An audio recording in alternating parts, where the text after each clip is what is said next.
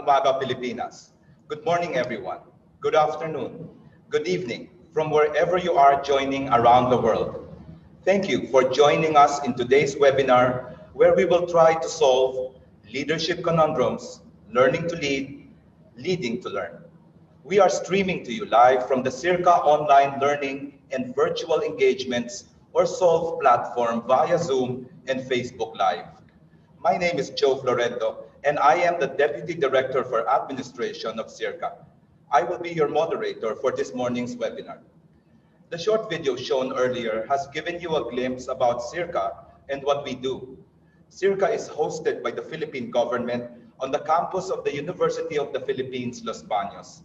We are coming to you live from Los Baños, Laguna, the special science and nature city of the Philippines. This Solves webinar is SEARCA's immediate response to the emerging impacts of the COVID-19 global pandemic on food security by maximizing the use of information and technology platforms to inform, educate, share evidence-based solutions and tested technologies, as well as best practices on the ground. If you are new to this webinar, this is actually the 20th webinar since it was launched last April 28. The past months have made 2020 one of the most challenging years in our history. With the novel coronavirus pandemic, our leaders today face an adaptive challenge, a challenge that does not have a simple solution and requires innovative, inclusive, and strategic responses. For our farmers and farming communities, the COVID-19 outbreak has adversely affected them in ways that neither they nor the government could prepare for. This puts our leaders to the test as they rely and work with experts who will develop innovative solutions to overcome agricultural problems brought about by the crisis. SEARCA's 11th five-year plan, which was launched last July 2020, identified transformational leadership for agricultural and rural development as one of the priority areas that would accelerate transformation through agricultural innovation. In this webinar, we will be joined by experts who will share their experiences on what it takes to be a transformational leader in agricultural and rural development, as well as the lessons learned and challenges faced while serving at the forefront of their respective fields. Before we proceed with our online conversation, please allow me to just quickly go over some very interesting statistics gathered from the Solve webinar held last October 21. The infograph shows that 62% of our online viewers were female and the rest were male. It also indicates that more than 100 individuals tuned in via Zoom, while more than 300 viewed the webinar through SEARCA's Facebook page. We are happy to note that we've had online attendees not only from the Philippines, but also from Cambodia, Canada, Indonesia, Thailand, and Vietnam. Let me now quickly go over the program flow, which is currently shown on your screen. We will have our first speaker, Professor Dr. Myu Kywe, who is currently chairman of the National Education Policy Commission, or NEPC, in Myanmar. Dr. Myo will discuss his transformational leadership experiences and challenges in pushing for higher education reform in Myanmar. He will be followed by Dr. Jose V. Camacho Jr., Chancellor of the University of the Philippines, Los Baños, who will share with us his exposure in various leadership posts in an academic institution like University of the Philippines in Los Baños.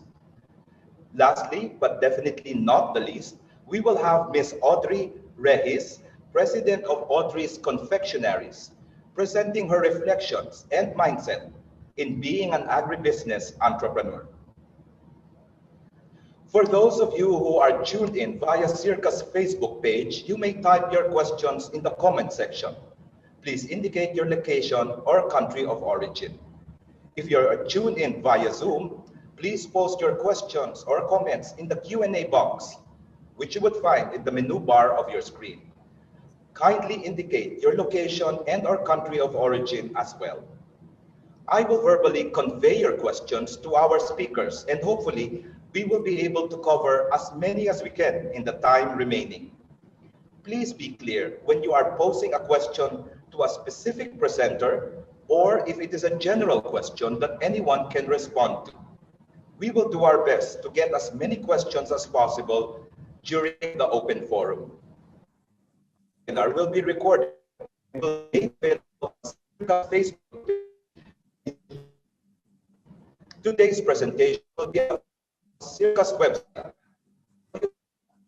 SEARCA.org. The slides shown in the past webinars have already been posted there. For your social media posts, especially insights or takeaways from the webinar, please use the hashtag #solve. And if you have issues or experiencing technical difficulties with the Zoom online platform, please contact at solve@searca.org. That is solve@searca.org. We now move on to the presentations. Our first speaker is Professor Dr. Kywe, Chairman of the National Education Policy Commission, or NEPC, in Myanmar. The NEPC is an independent organization mandated to formulate effective policies in education for the sustainable development of Myanmar.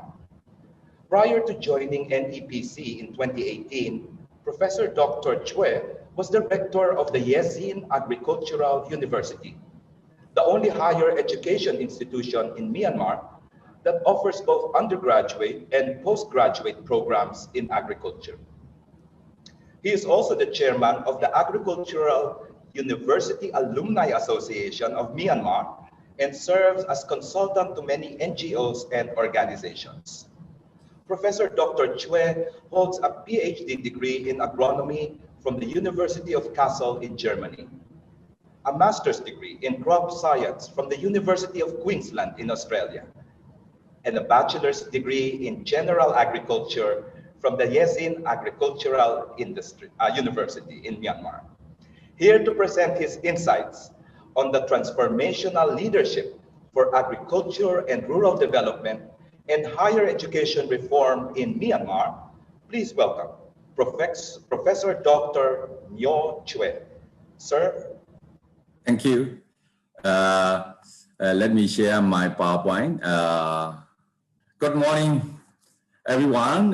Good morning, Dr. Glenn and colleague from SEARCA for inviting me, and distinguished guests, ladies and gentlemen. I'm honored to be here to give a brief presentation about the first higher education reform process in our country.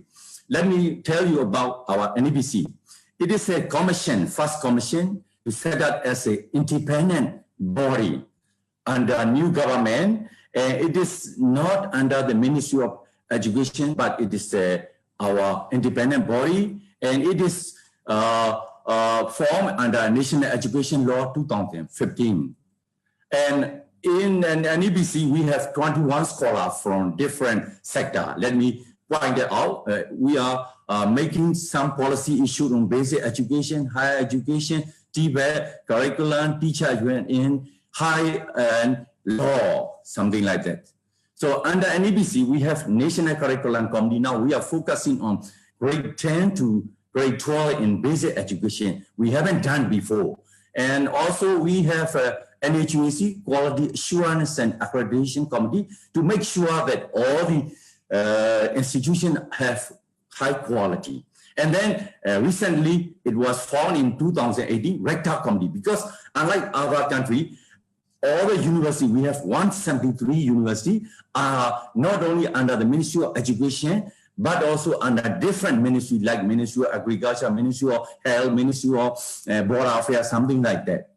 And the recently reform process in our country, we don't have, not yet, autonomy yet. We have been in autonomy before 1962. Yangon University was autonomous university. It was flagship and reputable university among Southeast Asia region. And then we have not yet until this year, I mean, up to now. So we are going to reform autonomy process, and our university system are stand-alone system, like agriculture, focusing on agriculture, medicine, focusing on medicine, something like that. So we should have comprehensive university approach in the future, like UBLB or any other university. And we should have also to form faculty system, faculty strengthening to until, say, for instance, I have seen in UBLB website 1,000 faculty member. We have some university like YAU, 200 faculty member only. And we need to focus on internal quality assurance, external quality assurance, and accreditation. And the most important one is internationalization. We have been isolated for more than 60 years. So we need to internationalize. We have to open up our education to abroad, like collaborating university among our ASEAN university and in the world. And we have to also encourage private higher education in our country. We haven't set up yet. We are now processing for registration of the private higher education. I have seen in the Philippines, you have more than 2,000 private higher education institutions. We need to be accredited by national level. And also we have to focus on open university system, because 60% of our students are now making the open university approach. And let me point out the use of the R&D and the GDP percent. GDP. So in our country, among ASEAN and other countries, we have the lowest use of the percent of the GDP in the research and development process, 0.03, compared to other countries, even ASEAN, Singapore, 2.17 of the GDP. World number one is US. You see that number one, they use R&D 581 billion US dollar they use, followed by China, Japan, something like that. Korea, they use 4.6% of the GDP for R&D. And let me show the percentage of graduates among our country, ASEAN country. We have many countries. And then you see that we produce every year 200,000 graduates every year, but agriculture, forestry, and petroleum only 0.6% of the total graduate, compared to Laos 8.5%, Vietnam 4.5%, Thailand, Philippines, something like that. Not only agriculture, we produce a huge amount of education, engineering, health, medical doctor. We need more now for the COVID, social science, business, services, everything. We are now more on pure arts, 45%, pure science, 23% compared to other countries. So that's why one of the professors from the Europe pointed out that our graduates are mismatching between graduate and employability. And let me show on the agricultural education. So you know that agricultural university is under Ministry of Agriculture and Irrigation. And it is located in the Yezin. It is in Naypyidaw. So some of you have already been to here. And then we have 7 outreach campus, but it is only for final students at the moment. SEARCA assistant YU strategy plan. We have been to SEARCA for 2 times. SEARCA helped us to draw the strategy plan for YU. Thank you so much for SEARCA for helping that one. And you see that the department, current department, we have before only 5 departments: agronomy, plant breeding, soil, plant pathology, entomology, and horticulture. And then we increased horticulture and agriculture economics. And then I think in 2018, we have been upgraded to the remaining animal science, engineering, extension, biotechnology, food science, something like that. But if you want to compare with UBLB, I have seen the UBLB campus, I have visited all, look like a only college of agriculture level. This is the whole country. You will see that one professor from plant pathology, for instance, plant pathology, they have 2 professors. The whole country, only 2 professors in plant pathology. Agricultural economics, we are teaching, why we is teaching only agricultural economics. Other university or economics, they don't teach agriculture economics. Only 2 professors in the whole country.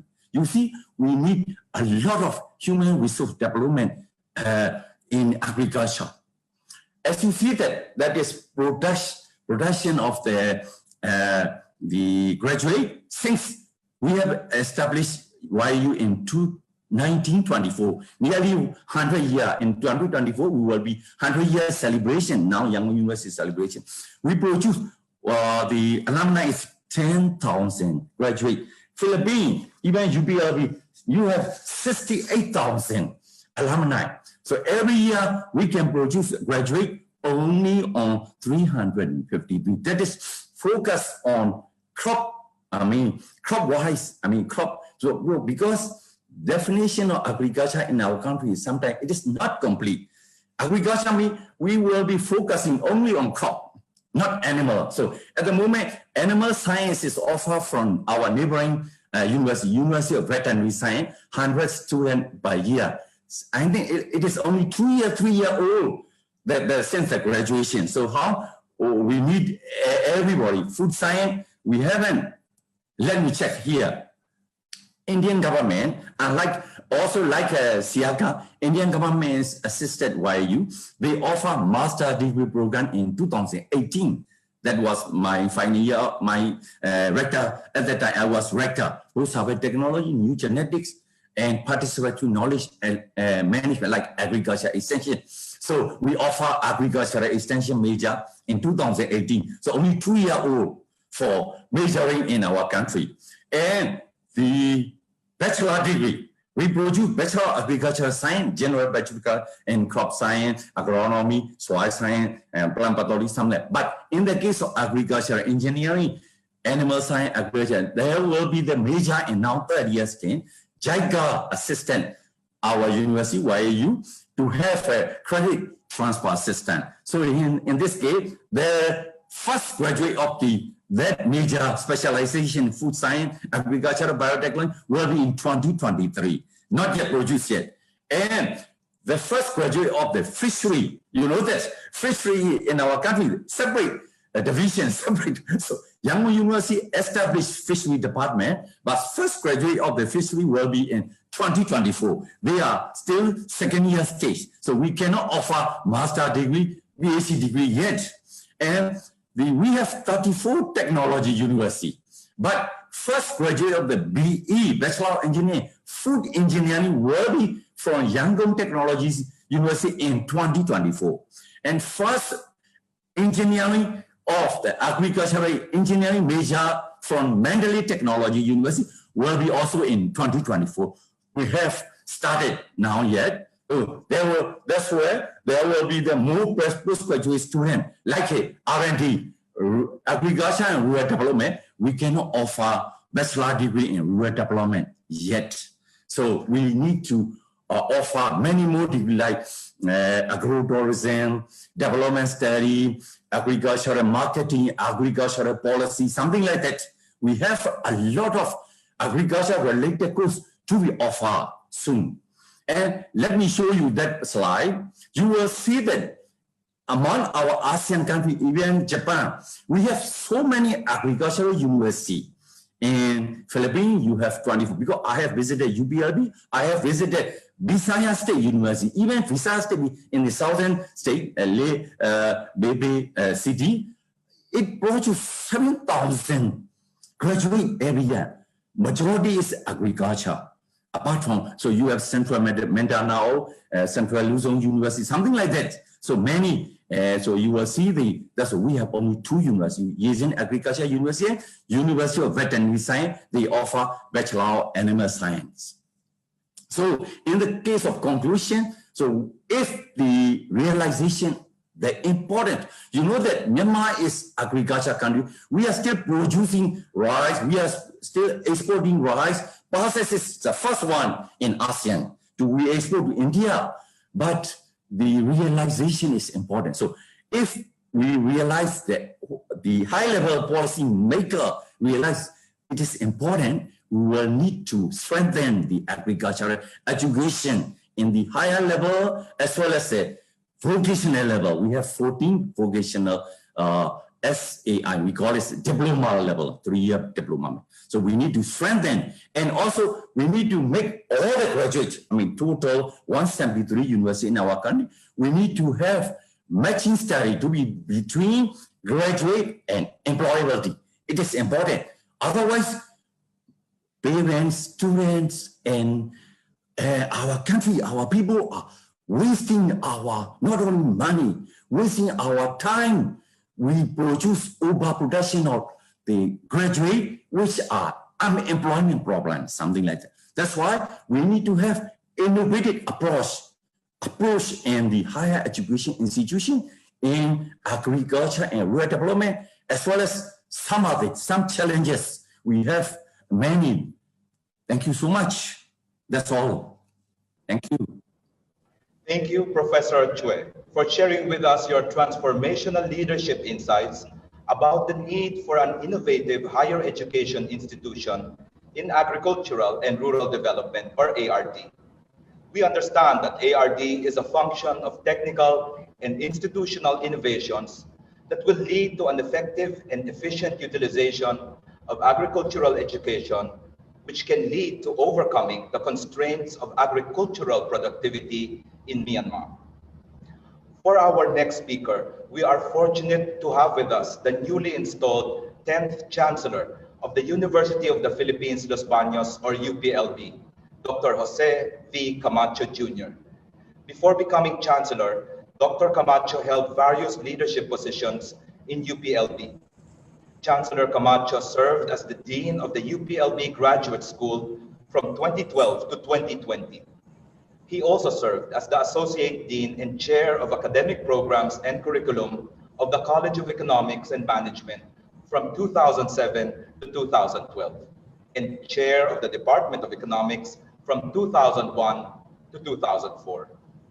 Currently, he is the Chair of the Technical Working Group, or TWG, on Graduate Education, and Co-Chair of the TWG for the Expanded Tertiary Education Equivalency and Accreditation Program of the Commission on Higher Education in the Philippines. Dr. Camacho obtained his Doctor of Economics with specialization in Economics of Education, Labor, and Human Resource Economics from Kyoto University, Japan. He holds a Master of Arts in Economics from Erasmus University International Institute of Social Studies in The Hague, Netherlands, and a Bachelor of Science in Economics from UPLB. To present his reflections on transformational leadership in an ARD higher education institution, please welcome UPLB Chancellor Dr. Jose Camacho Jr. Sir. Thank you, and good morning to our participants to this Solve SEARCA seminar. I appreciate your invitation. We have so much work to do in the university, and despite all these busy schedules, I would find time to engage with SEARCA's Solve. I find this very engaging. So today, I'll be sharing you first my views about transformational leadership.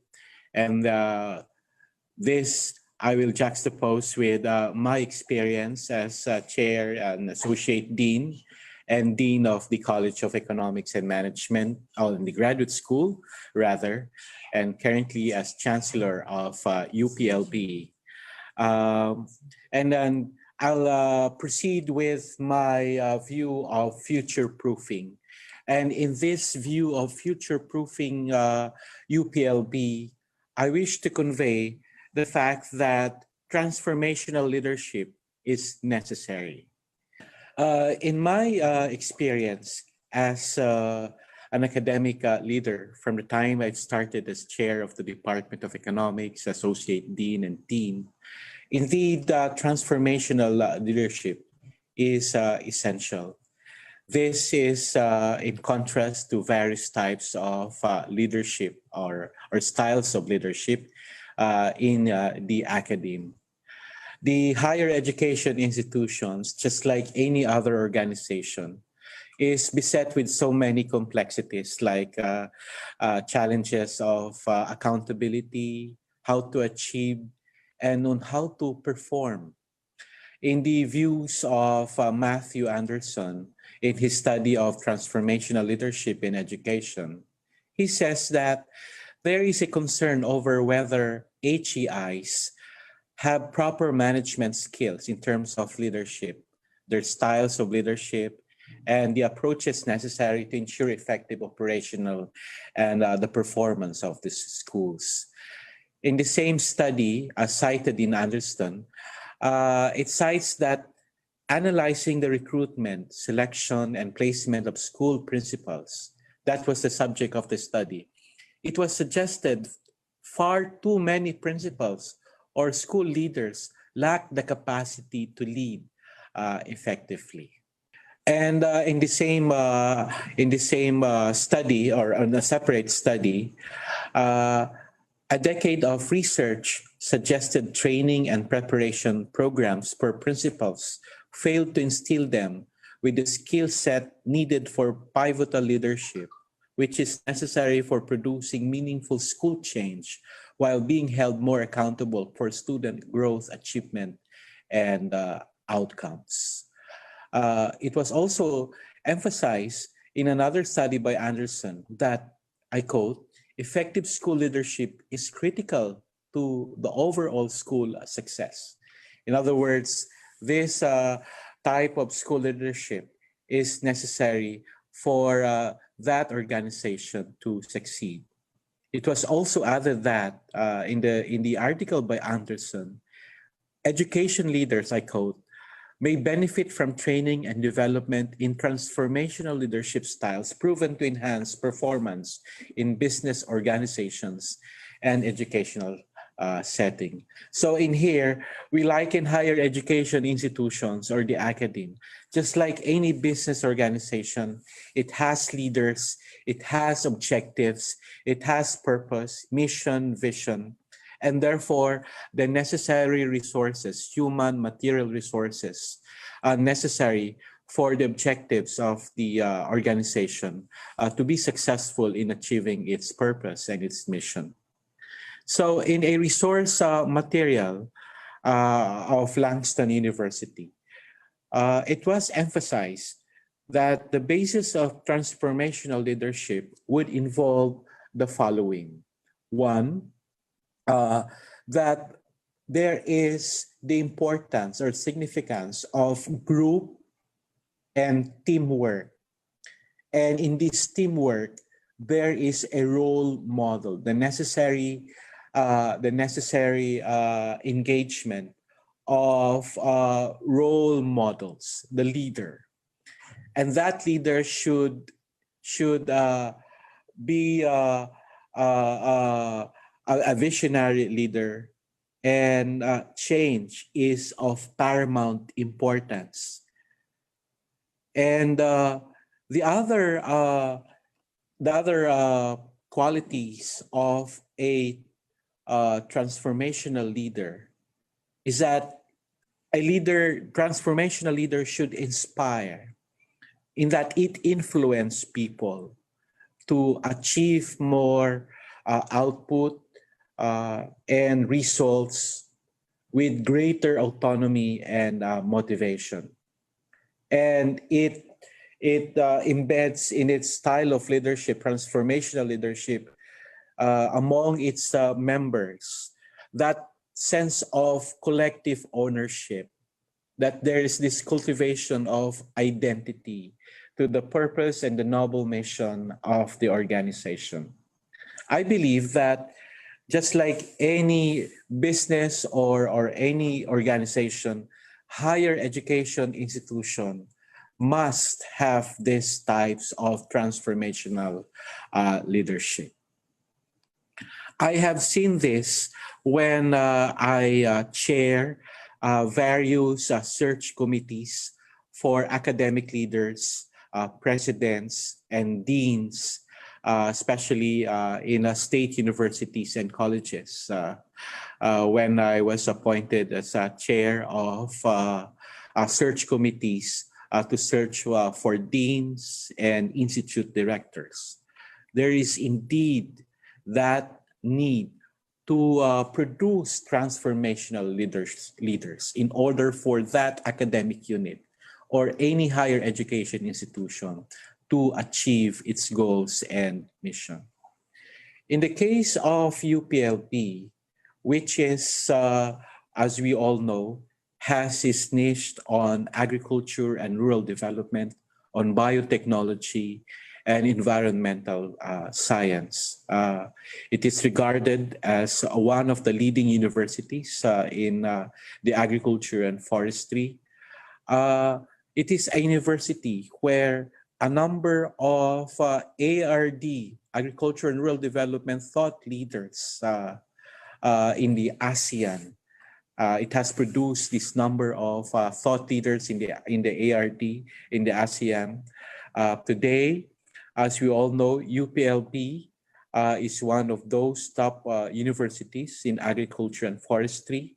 5 of its certificates from the ASEAN University Network, quality assurance. It has been recognized in terms of the performance of the various agricultural and academic programs.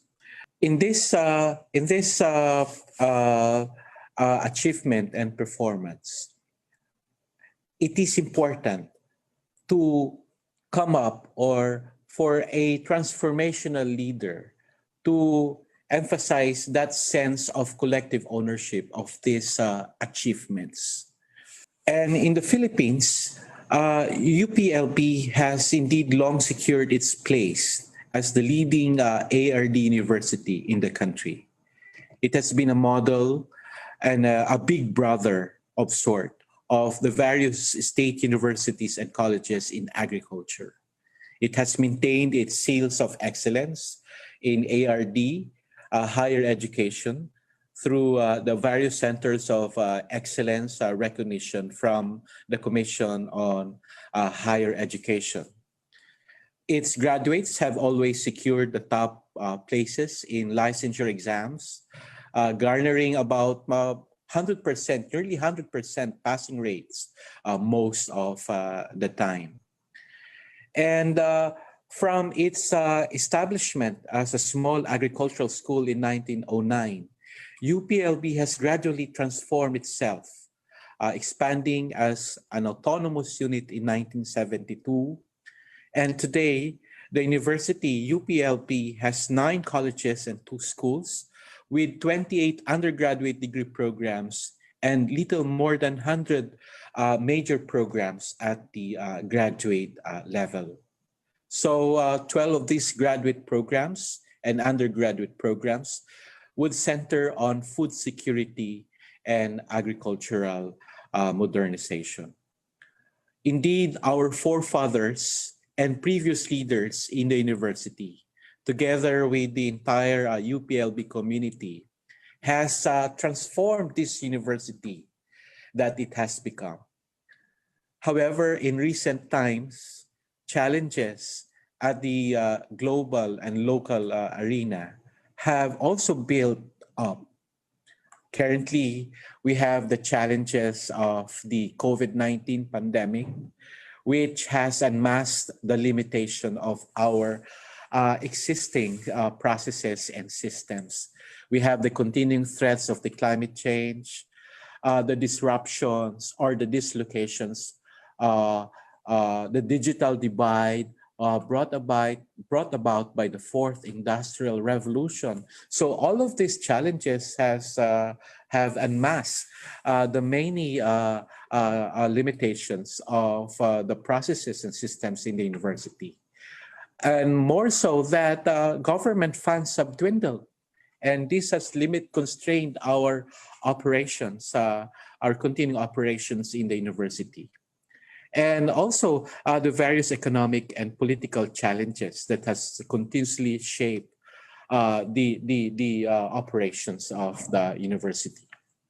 So what I am saying, why I have described all of these developments and progress and the challenges that we currently face, including the pandemic. We need transformational leadership. We need people. We need leaders where our members can rally around.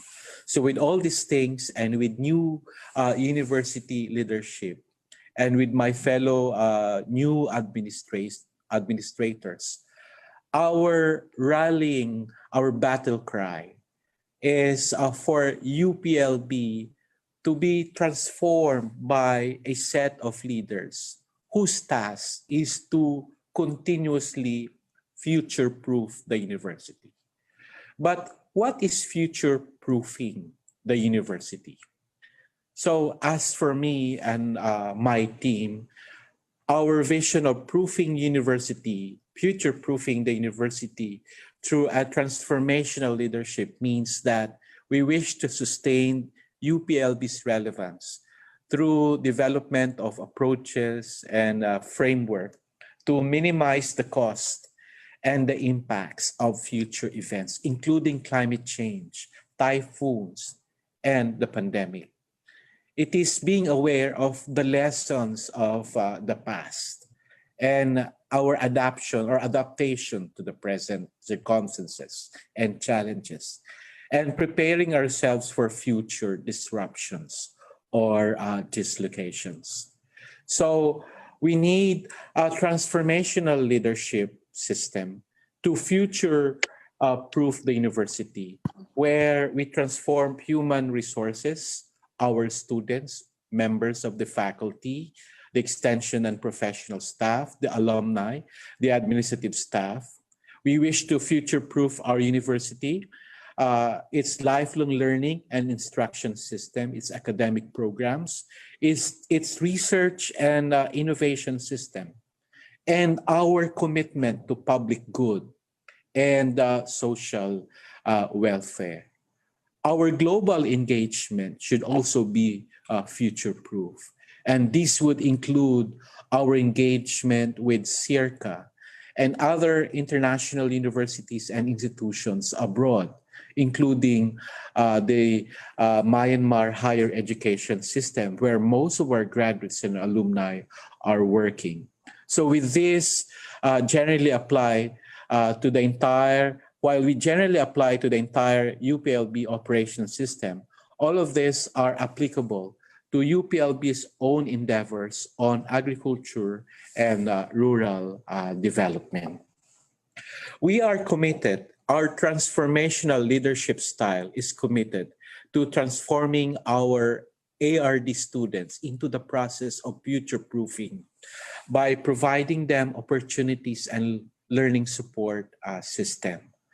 We would like to revitalize our agricultural and rural development scholarship program, which is a grant for poor but bright and brilliant and diligent students from the farming and fishing communities in the country. So we will find ways to expand funds, sources to further expand the scholarship program benefits. We also would like to mobilize resources and donations to help our students adapt to the remote and learning and online flexible system. So we wish to future-proof our system by transforming our instruction academic programs, integrating data science, computing, the technology-supported teaching and learning system in our traditional niches by doing the following. One, by futuring our research, which would embrace digital technology to further strengthen our lead in agriculture, in food security efforts, in governance and nutrition. And we would like to lobby for the bigger budgets, our bigger budgets for research to produce research, the next in thing or the next big thing or ideas in agricultural modernization, food security, and rural development.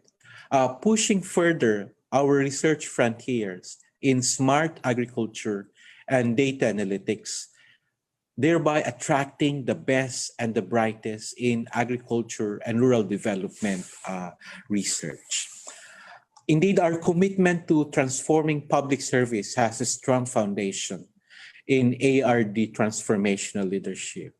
Public service in future-proofing UPLB will be manifested in drafting the agricultural research and development extension framework between UPLB and the Department of Agriculture. We wish to propose an advisory body to the Department of Agriculture. So future-proofing UPLB is not complete without creating new bridges in the international community. And as I've said, this would include SEARCA and other regional partners. We will attract high-quality ARD international staff and students and explore more innovative graduate programs in agricultural and rural development, in food security and climate change that we have forged and established with SEARCA and the University Consortium.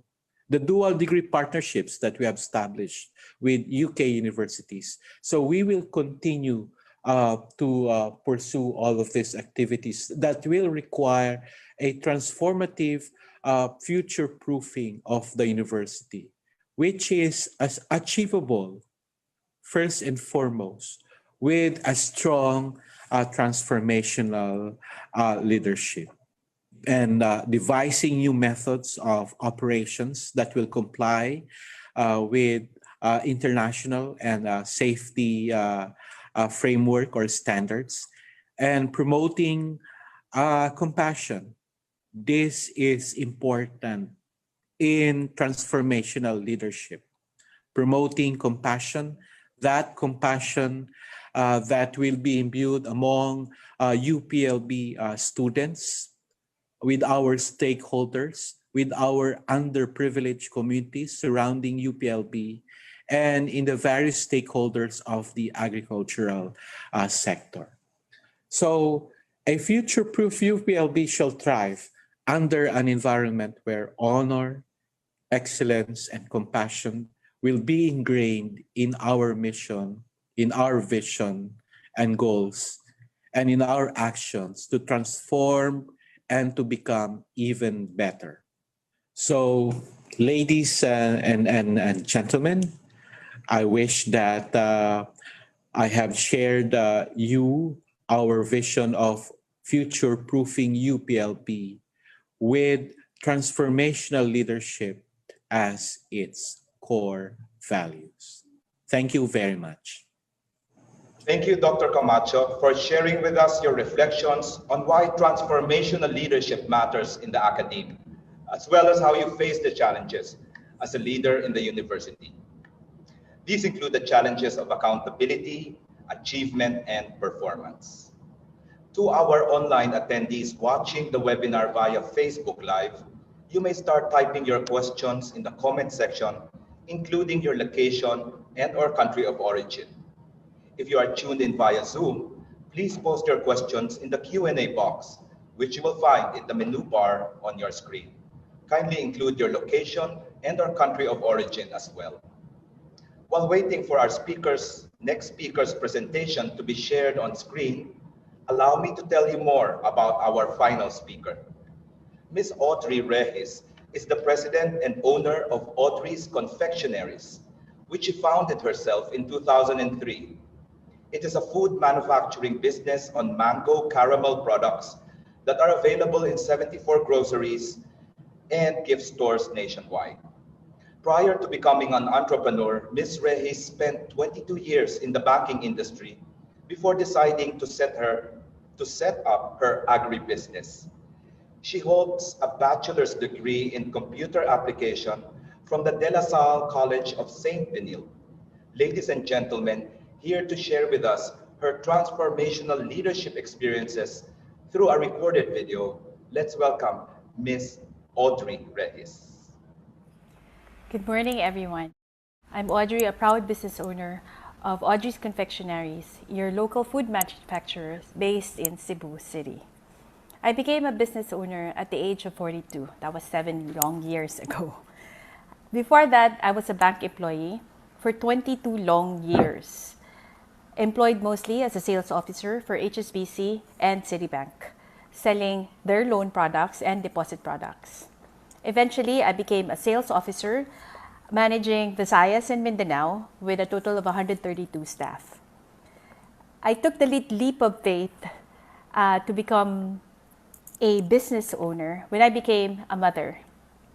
I was the breadwinner of my family and my family was becoming bigger, so I needed to earn more and find more time to raise my son. The decision to become a business owner was the best I ever made in my life. The product I chose to focus on had a high demand in the groceries, which made it easy for me to enter into major establishments as a supplier. They seeked me out, and there was no hard selling involved anymore. With 300,000 as initial capital, I ventured into my first business with the thought of answering the need of our consumers for more variety on dried mango products. I also focused on improving the packaging design of our local products. I want that feeling of being proud it's Filipino.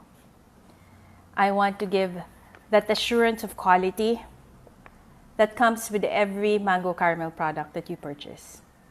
When given out to your friends and family, you are assured that it will give them delight with every bite. The Philippine fresh mangoes are the sweetest fruit in the world. At Audrey's Confectionaries, we have transformed the famous Cebu dried mangoes into a feast of caramel delicacy. The unique combination of salty, sweetness, and fruity delight is at the heart of every bite. Imagine all that goodness covered with premium dark chocolate, nutty cashew, and pistachio. Now, how did I adapt during the pandemic? The sales of our products are directly connected to tourism, not just in our country but globally. During the pandemic, when there was no essential and non-essential travels, our company sales was heavily affected. TTI, through the assistance of ARD Nanette Arbon, referred me to Amazon USA, which pretty much lessened the blow of COVID-19. My products became live in Amazon USA by the end of May 2020.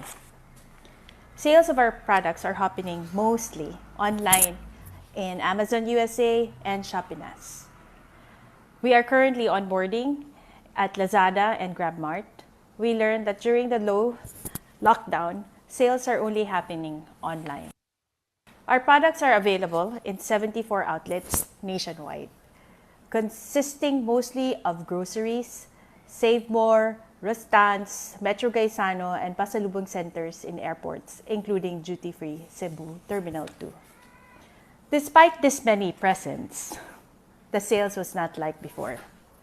So because of this, I had to gather my creative juices during the ECQ to create a new essential product to be able to adapt to this global pandemic. Innovation was the answer. I created from scratch frozen vegetable samosa from packaging design, sourcing local ingredients through the assistance of Region 7 Department of Agriculture. After 5 months of planning, the new product is available initially in 31 already Cebu grocery outlets at SM Save More, Metro Gaisano, and Enzo. And all this development happened during the quarantine. I made sure I had the solution, an essential product, my vegetable samosas, to counter the temporary loss in sales from my major product line. Thank you so much for listening. I am Audrey Regis once again. Bye. Thank you for sharing your entrepreneurial journey with us, Ms. Redis. We are impressed with how you have set up your agribusiness, Audrey's Confectionaries, and your creativity in developing a brand that promotes local Filipino product. We are also fascinated with your adaptive capacity during this time of COVID-19 pandemic by developing another product that sells in the new normal environment. Not only did your business thrive, You also work with our local farmers by sourcing your ingredients from them. This is truly a trait of a transformational leader that challenges processes by stimulating imagination and resourcefulness. Thank you to all our speakers. We now move on to the open forum. The first question is from Kin Maung Soe, and this is addressed to Professor Chue and to Chancellor Camacho. The question is, how will universities in ASEAN have strong curricula to contribute to transformational leadership through multidisciplinary research and development? May we hear from Professor Chue first? Thank you. Thank you. Let me answer first. In this case, two types. Now, one is within our country, we need to have cross-enrollment and interdisciplinary approach because our universities are offering by themselves, like arts and science university, economics university, engineering university. If we have integrated like UBLB, we will have a cross-enrollment and we will have approach. And we have this year, starting from this year, 16 pilot university will be autonomous university. From Yangon, 8 university. From Malay, 8 university. But unfortunately, YU is not included because YU is under Ministry of Education, Ministry of Agriculture. And in terms of ASEAN level, I would like to request also UBLB and YU, for instance, if we have signed MOU between cross-enrollment, so because sometimes we are sending student internship program to US, up to US, it is too far. So if we have agreement between UBLB and YAU just for one semester or 1 month, we will have innovative approach regarding transformational agriculture and rural development. Thank you. Right. Professor Chue, may we hear from you, Chancellor Camacho? I believe that choosing the next set of academic leaders, in this case, leaders with transformational leadership values, is essential in pursuing excellence in agriculture, rural development, and related fields.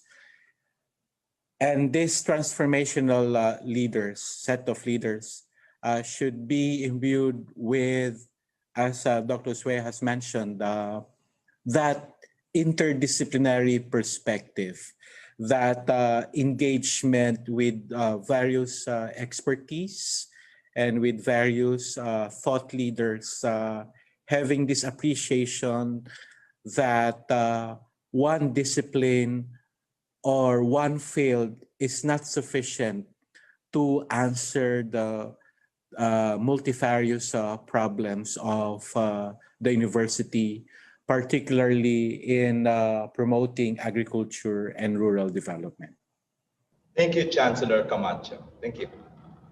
Our second question is addressed to Professor Chue from KRV Raha Subramanian. With huge advances in data analytics, IoT, etc., I think that there should be more formal collaborative arrangements with IT universities in Myanmar, say MIT. Yes. How can we proceed with this?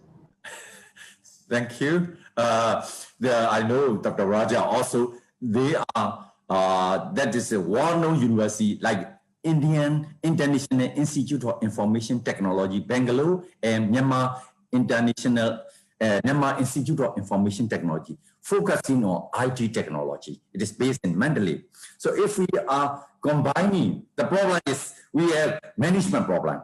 They are under Ministry of Education, YAU is under Ministry of Agriculture. But Indian government sponsor, Indian government make it project, a huge project, $20 million US project on that particular. So if we can have, like a credit transfer system between Mandalay and Yizhen, it is not too far. So we will have opportunity for IT, opportunity for, especially for rural people. Now we are using mobile tablet. mobile phone. So if we are using mobile technology for extension of our pharma, so we need IT technology from MIT. So we can combine, we can make it formal agreement between. So if YU become autonomy and if the MIT become autonomy, the rector can sign MOU without controlling, without centralizing minister. It will be hopefully okay in the near future, maybe starting from next government, I hope. Yes, thanks all. We have a third question, and this is addressed to Chancellor Camacho. Chancellor Camacho, I would like to introduce the Director of SEARCA, Dr. Glenn Gregorio. Thank you very much. I have a long question, that's why I could not type it.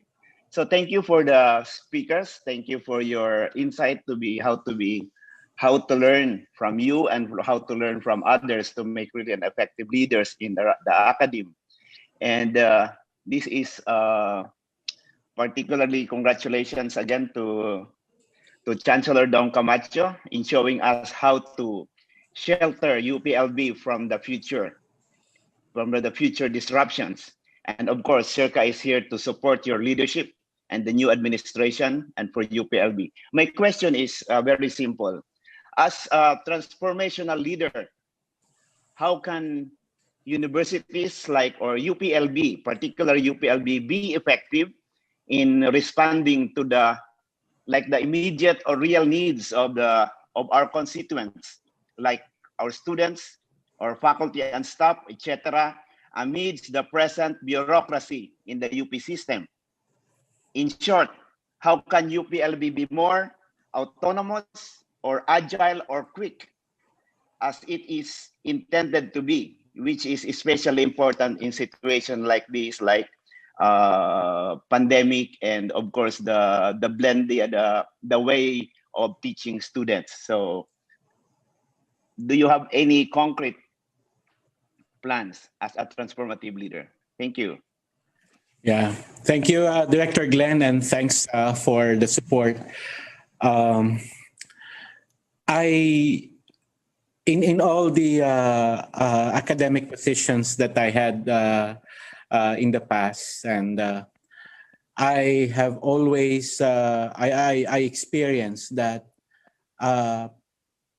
communication is key, in that you try to engage your members, the faculty, the students, on the things that you wish to pursue, the plans, the proposals. In other words, whatever platform for that communication engagement, whatever platform, whether through phones, or especially now that you have the social media, you have the all of these social media platforms. It's easy to engage.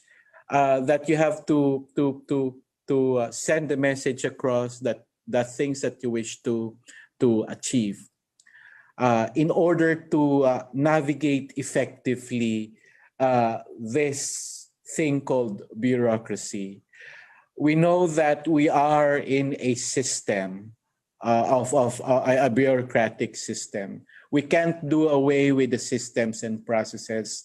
We have rules, we have guidelines. We all know that these are set up to safeguard resources, to safeguard people, to exact accountability, transparency.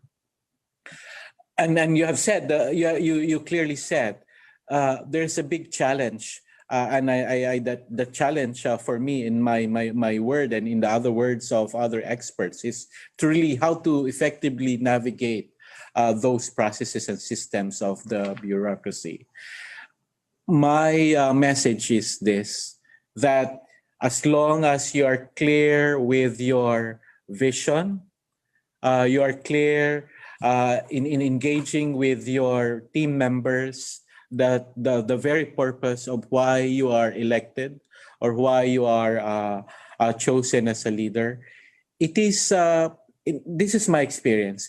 It is easy to draw support. as I've said in the slides shown, that you have to cultivate that sense of ownership, that sense of autonomy, that sense of that they try to identify the things that you wish to do, identify themselves, their potentials, their capacities, that, hey, I want to achieve that mission because of the potentials, the characteristics, or the things that I have. I can contribute in achieving that mission. So I think what I've shown Director Glenn is maybe this could be some sort of a theoretical thing, but in general, there are so many goals and objectives of the university. But to draw that support from our members, it is important that you're clear in your message. And in this aspect, communication dialogue is important. Thank you very much. Thank you very much. Thank you, Chancellor Camacho. Having a clear vision, engagement with your team members, knowing why you were appointed, and effective communication is what I gathered from your answers. Thank you very much, Chancellor. The next question is for Professor Kywe from Yu Tin Kiao. What are your suggestions and opinions for reforming Myanmar agriculture and rural development in the short-term period, which is from 2021 to 2030? Thank you. Regarding education, I'm focusing on education because agriculture is huge. So in the case of education, we need to have stakeholder consultative meeting, including, we have so many development partners like US, Japan, Australia, Philippines, or Thailand, something like that. And then we need to make awareness that high-level policy maker, why agriculture is important. Sometimes high-level policy maker, they don't understand agriculture is so difficult. What I'm saying is that, they think that it is easy. So we are producing a lot of rice. We are exporting rice, but we are exporting rice with, reduced amount of the dollar, compared to Thailand, because our rice are not good quality, because we cannot focus on rice milling technology. Agriculture is, we can produce a lot of high yield, high quality, good, appearance, something like that, good. But the problem is in the milling level. So in the case of milling level, nobody understands agricultural engineering, because agricultural engineering, they think that they have tractor.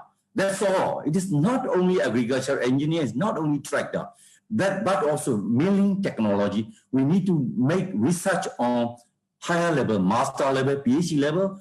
We have 34 technological universities offered throughout the Myanmar. No university is offering agricultural engineering yet.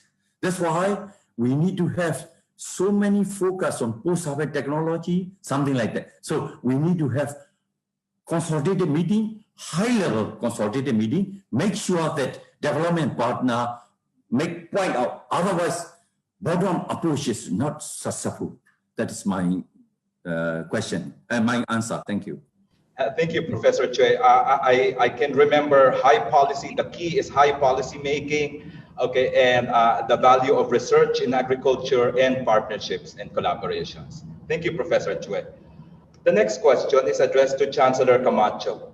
Chancellor, how does the UPLB maintain the sustainability of research, both academic and development-wide projects within the university? This means in terms of funding, human resources, including internal and international experts. In the case of Myanmar universities, we really have less resources for these.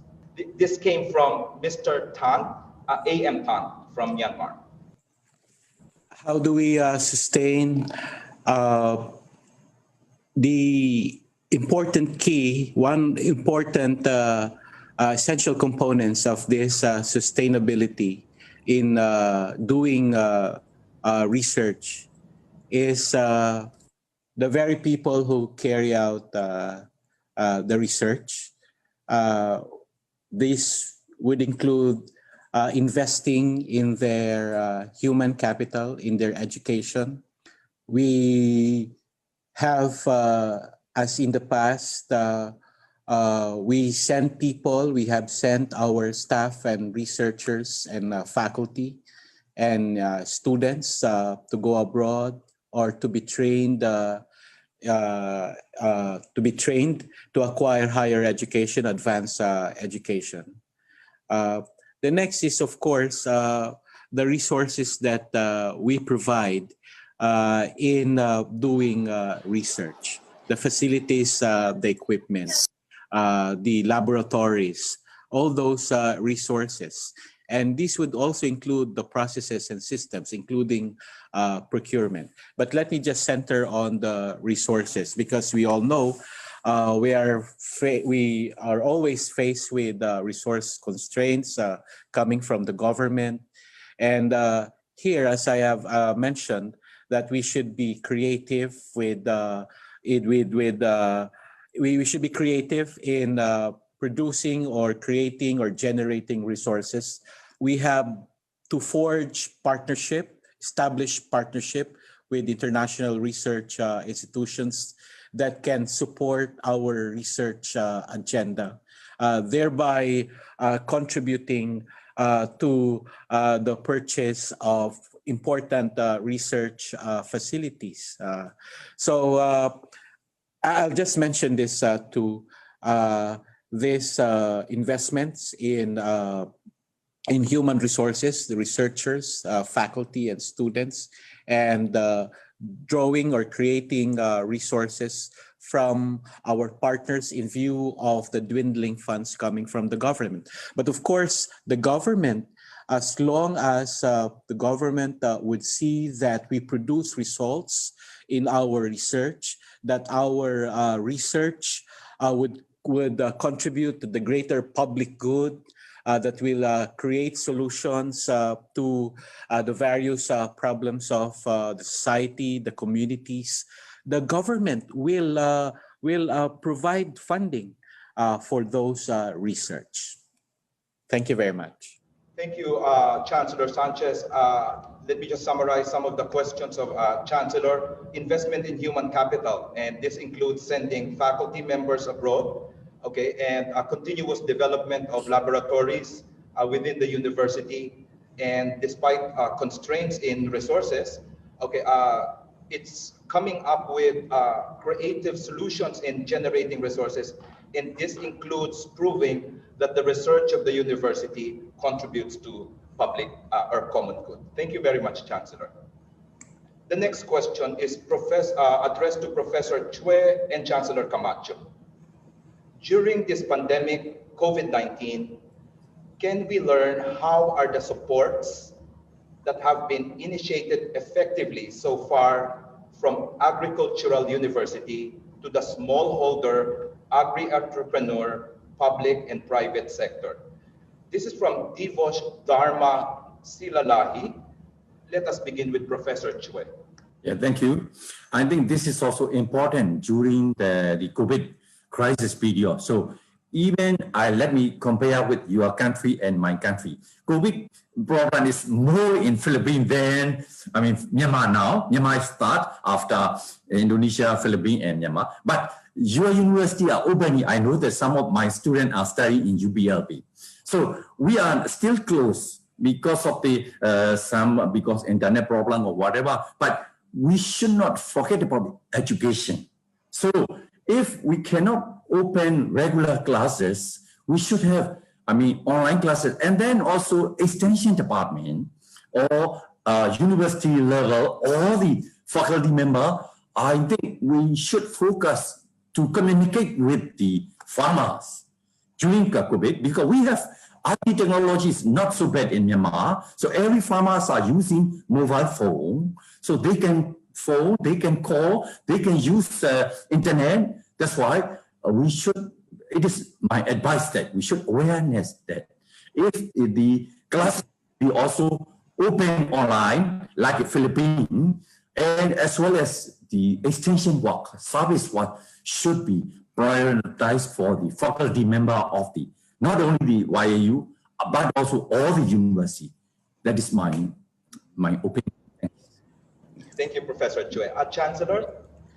Yeah, I recognize the efforts of the various units and academic the colleges through their extension and public service programs.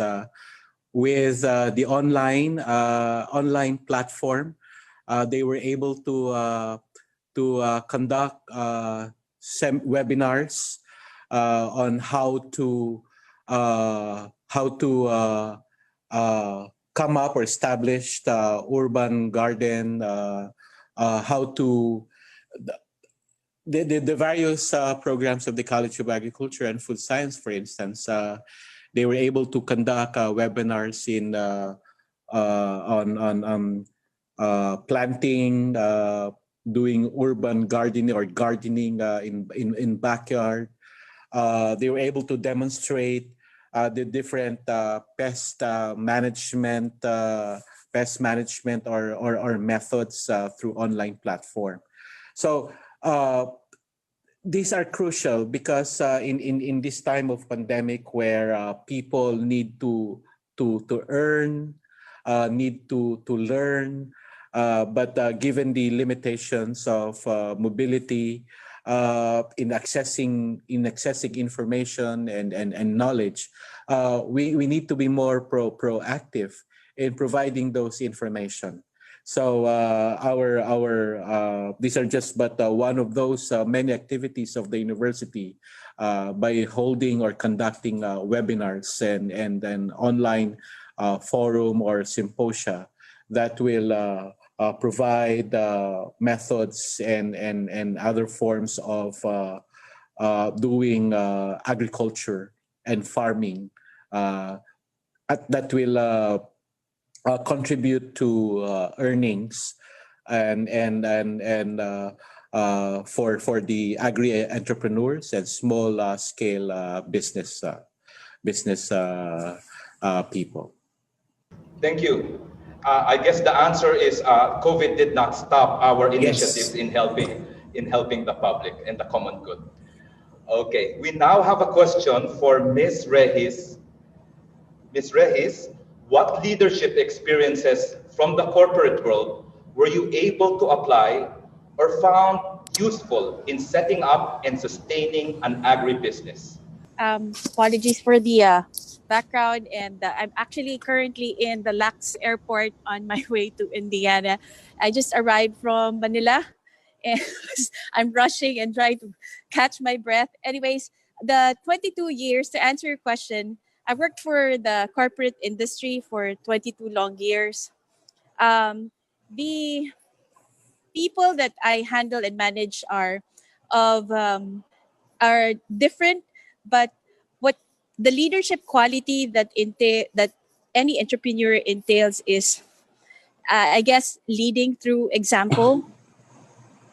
So I've made it a always a rule in my life, even in my personal life and even in my corporate life, to always lead via example. So don't boss around. Always make sure that you're the model of your company, of your employees. How you want your employees to work will all depend on what they see in a leader. So I always make sure that they look up upon me. I'm always the first one to be in the workplace. Simple things like that. And I always make sure that anything that the senior management gives to me is done, and I finish it on time as directed and as expected. So I think that really pretty much kept my business going, and it's already been 7 years. and this is even my first business venture, and it really became successful for me despite that I didn't have any background in business management. Thank you, Ms. Reyes. Please stay with us. There are other questions for you. Thank you. But leading by example, okay, and meeting expectations are the key takeaways from your answer. Thank you very much. Oh, we have another question for you, Ms. Reyes. Yes. Can you tell us more about your mindset as an entrepreneur when the pandemic hit, especially about involving our local farmers as a source of your local ingredients? How did you work with the Department of Agriculture so that you are linked to these local farmers? Can you tell us more about your mindset as an entrepreneur when the pandemic hit? During that time, my products are directly, as I said in my presentation, directly connected to tourism. So if there's no tourism at all, there is almost equivalent to zero sales of my products, which is gift items for when you travel abroad or locally. And at that time, I really needed an essential product, something I can quickly create, where I can sell locally only in Cebu, not even in nationwide Philippines because of a very expensive cargo pricing. As of now, the cargo pricing now is actually times 10 of what it used to be before. So I needed quickly to create a product that I can sell using the existing grocery accounts that I am in already as a supplier. So I thought, if we're in quarantine, we're on lockdown, what do we need? What does everybody buy? Okay, we seem to have lost Miss Audrey. We will try to get in touch with her. Sorry about that. But in the meantime, we have another question, and this is addressed to Professor Kywe and Dr. Camacho. This is quite interesting. It's quite a long question. I will do it slowly. The Philippines and Myanmar are two countries in ASEAN with the highest morbidity and mortality rate of COVID-19 after Indonesia. This is coming from Zhao Wu. How can we learn from each other's experiences and respond effectively against the pandemic? What are the chances of ARD in reviving the economies of both countries? It would be very good if SEARCA and CESD, the leading think tank in Myanmar, can work together to address the challenges of ARD sectors under COVID-19. But let me go to the key sentence. How can we learn from each other's experiences and respond effectively against the pandemic from an agricultural viewpoint? Just get the example.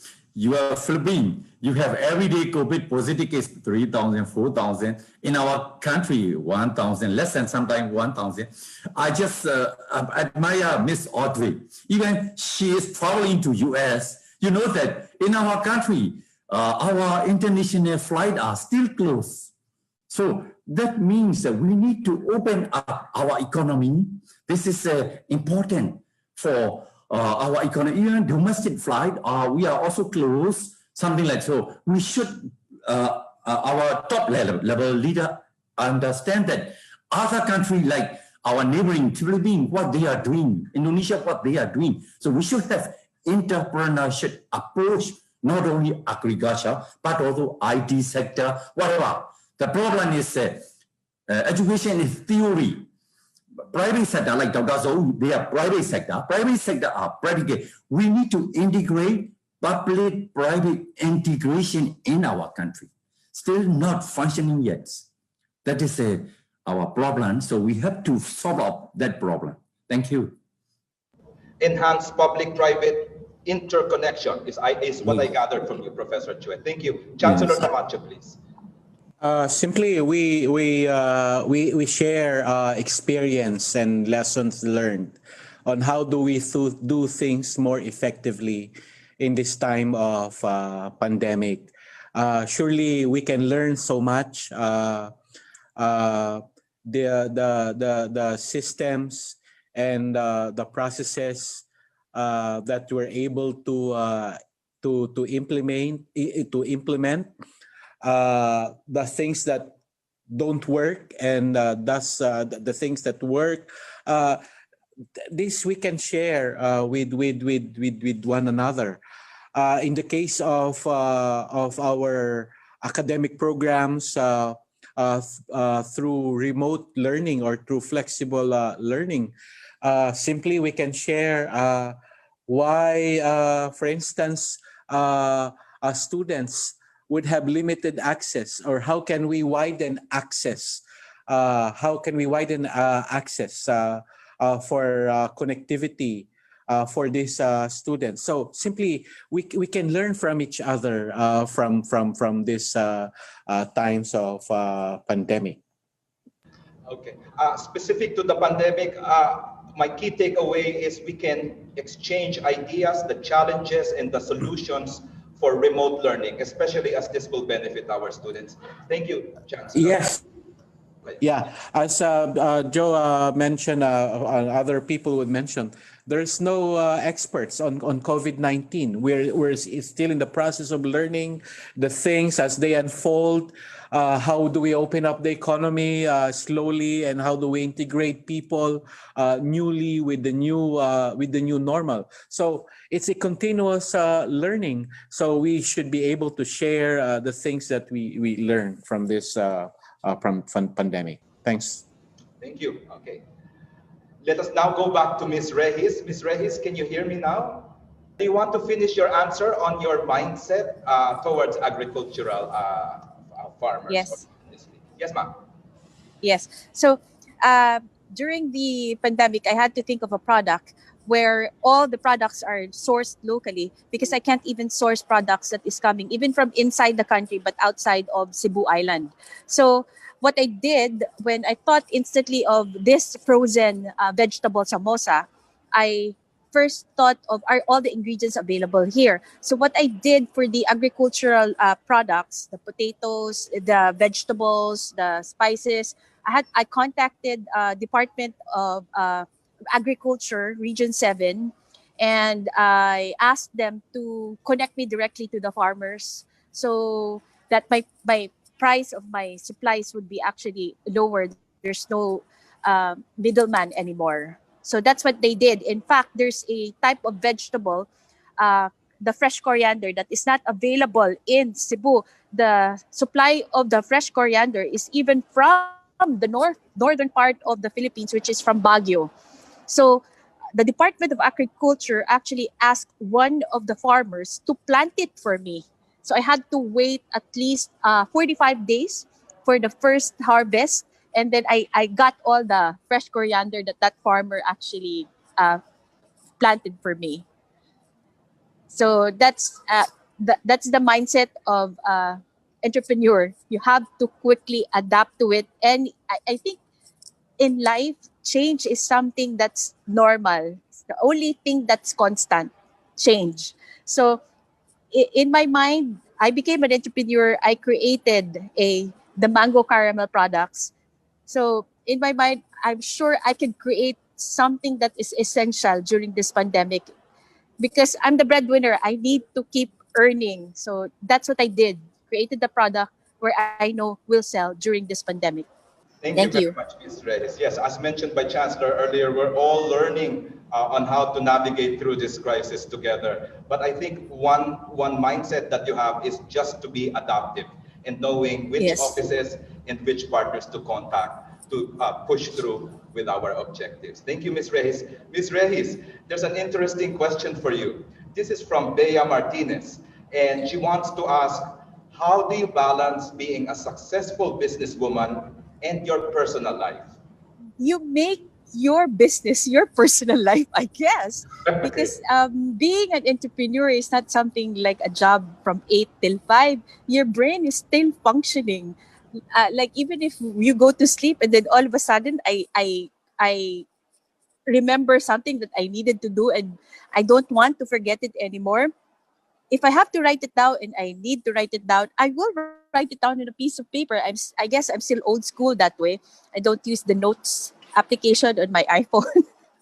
And so it's a 24-hour thing. Even in my sleep, especially when I was starting the business, I had many sleepless nights because I came from 22 years being an employee where I'm used to getting a salary every 15th and 30th, and then taking that leap of faith and then changing my entire 22 years of income generation from salary to the business profit. So it's like it's so different. It's like this time I'm awake 24 hours thinking of ways to make the business stable. Thank you. Thank you.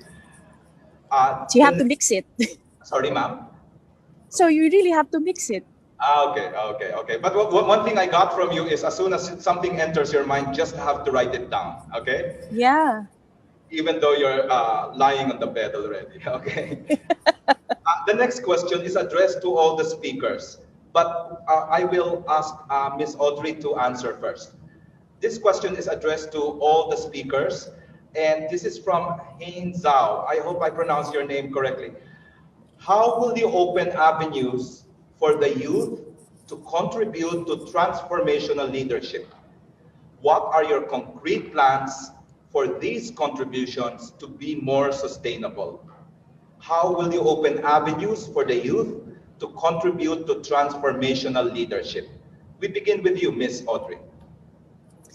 My journey to becoming a leader actually was slow. I had to cultivate 22 long years of being an employee, getting trained by Americans and British, I guess. And it really helped getting training, leadership training from the leaders in business in the world. Um, it came slow for me. I started leading and starting my own business when I was 42 years old. So it's going to be difficult, but I'm not saying it's not possible to start early. But be prepared, of course, that you will be more prone to a not successful business, the first one that you enter into, because you need to know things, more things, nor general things in life, like I did, which was what contributed to my business success in my first attempt to it was actually my 22 long years of experience in the banking industry. So because of the different clientele that I had inputs of information coming from construction industries, the bakery industry, the service industry. So all this I gathered and kept in mind until I decided to keep to start my own business. So I'm not saying it's not possible for the young ones to become leaders, but uh, so something that's solid that I could share is I guess from my end, from being an employee, is that I guess they really need to start at least 2 years of becoming an employee so that they know more and learn more about life and people. That's my thought there. Thank you.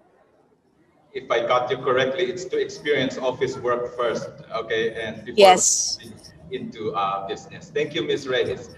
Let me now go to Professor Chue. How will you open avenues for the youth to contribute to transformational leadership?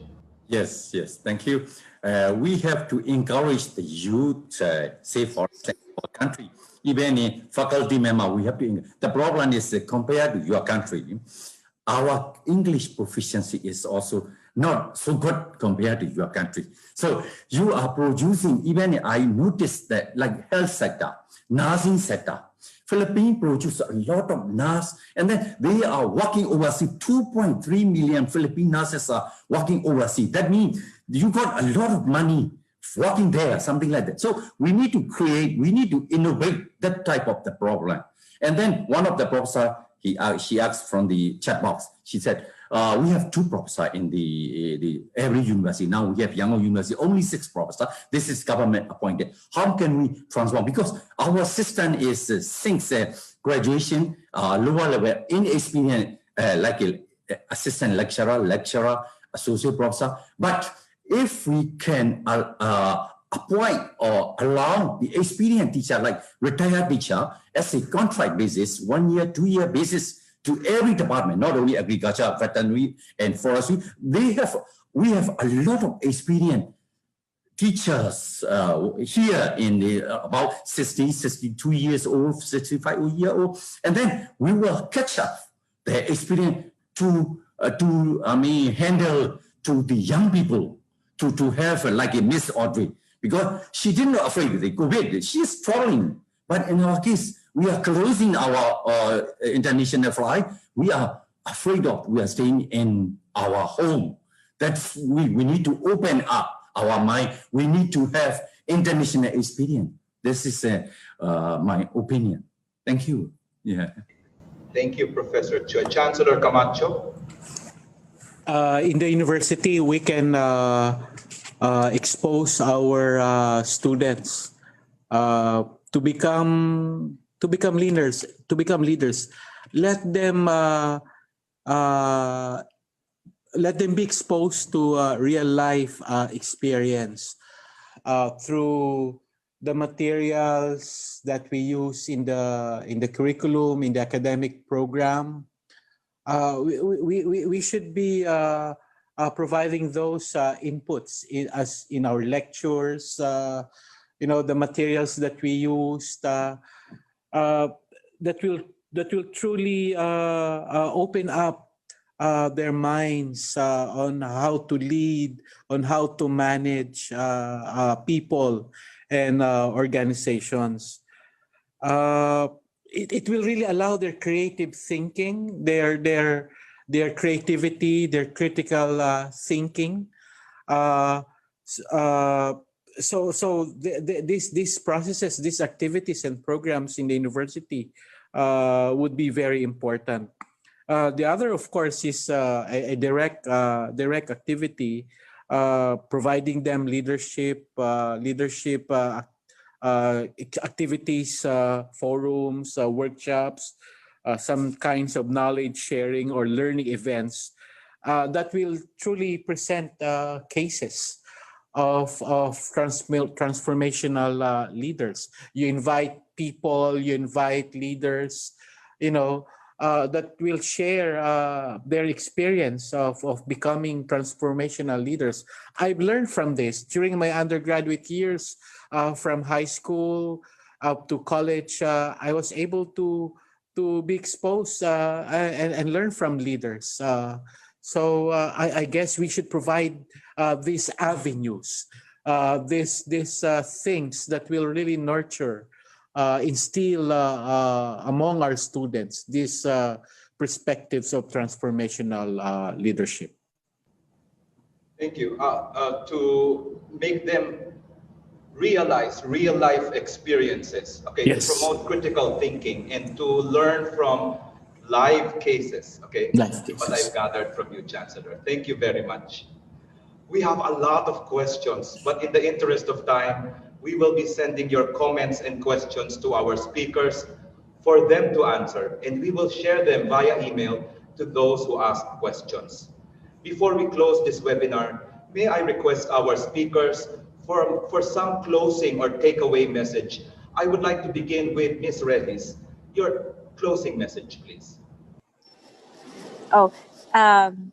My closing message would be related to my own experience, which is it's never too late to become an entrepreneur. For me, I became a business owner at a really later age in life, 42, and my first venture became really successful.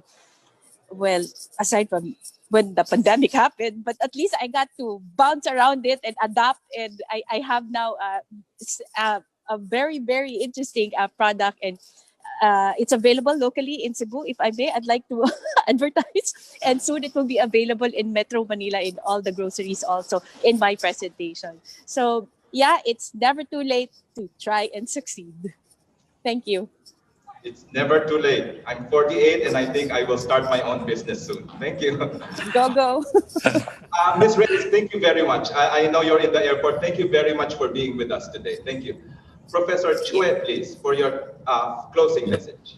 Yes, during COVID crisis, we have got a technology. Even I haven't used Zoom or whatever MS Teams before. We are using face-to-face meeting. Now, this is an advantage for us because of the COVID. We got it internationally connected. We can easily connect by using email, chatting, or webinar or whatever. So based on that experience, we should cooperate with even in UPLB and YAU. Why don't we communicate the Professor discussion between Professor webinar, online webinar, YAU Professor and UPLB Professor, something like that. And we have got international direct flight now. Myanmar Airways International and Myanmar National Airline is from Yangon to Manila, direct flight. So maybe hopefully we can make some sort of the agricultural exchange, something like that. So we would like to invite also Ms. Audrey to visit our country, to explore your entrepreneurship. We have a lot of potential. Thank you. Thank you. Thank you, Professor Kywe. We do look forward for future partnerships with you. Thank you very, very much. And finally, Chancellor Camacho, please. It is always asked, are leaders born or are transformational leaders made? If transformational leaders are made, then we should be providing the essential environment where they can grow, they can be nurtured. And I believe I would say I'm fortunate that the university has provided me with that essential training, skills, or competencies, giving me the opportunities to prove myself, the things that I believed on, the values that I would cherish, and share this to my constituents. If indeed leaders, transformational leaders are made, then we should inculcate them that essence of critical and creative thinking, that love for the organization, love for and concern for the organization or for the institution, because we as human beings, as we proceed in the development of the humanity, our purpose to become more resilient and to become more useful in the society. Transformational leaders are very important. They will be paving the way for the mission and the very purpose of which any structure, organization, or institutions are made. Thank you very much. Thank you, Chancellor Camacho. Can I just repeat, under an environment that promotes growth, development, and the exercise of critical thinking, transformational leaders are made. Thank you. Let me now go to the synthesis of what happened today. Professor Dr. Kywe emphasized the need for higher education in ART. In Myanmar, Professor Kywe shared that this is done through implementing policies like an autonomous system, comprehensive approach, faculty strengthening, IQA, EQA, and accreditation. This also includes internationalization, encouraging private higher education and open university system. This also includes expansion of programs offered in agriculture. This was followed by Chancellor Camacho illustrating through his experience that transformational leadership is essential for education leaders and higher education institutions. In his plans of future-proofing UPLB, Chancellor Camacho shared that this will be done by developing methods, approaches, and frameworks to minimize costs and impacts of future events like climate change, typhoons, and the current pandemic. Our last speaker, Ms. Regis, shared her adaptive capacity as a transformational leader in the field of agribusiness. She showed us how she responded to a demand which is for mango products in the tourism industry. When the pandemic hit, she adapted by developing another product which allowed her business to cope with the crisis. Her entrepreneurial mindset showed to us an important trait of being a transformational leader. Ladies and gentlemen, this ends our webinar this morning. But before we close, please let us know what you think about this webinar by following the link to a quick feedback form shown on your screen. The same link will direct you to the request form for the e-certificate. Your feedback will help us improve our online learning events. Please note that we will only accommodate requests for e-certificates within 24 hours after the end of this webinar. Kindly wait for your e-certificate to be issued within 1 month. Thank you for understanding and thank you for your patience. Let us help one another get through this COVID-19 pandemic. We hope that as we go along, we will be able to create a community of better, bigger, and smarter farmers and farming communities. Once again, my name is Joe Florendo. I am from SEARCA. Have a good day, and until we meet again, keep safe, stay healthy, and mabuhay po kayong lahat.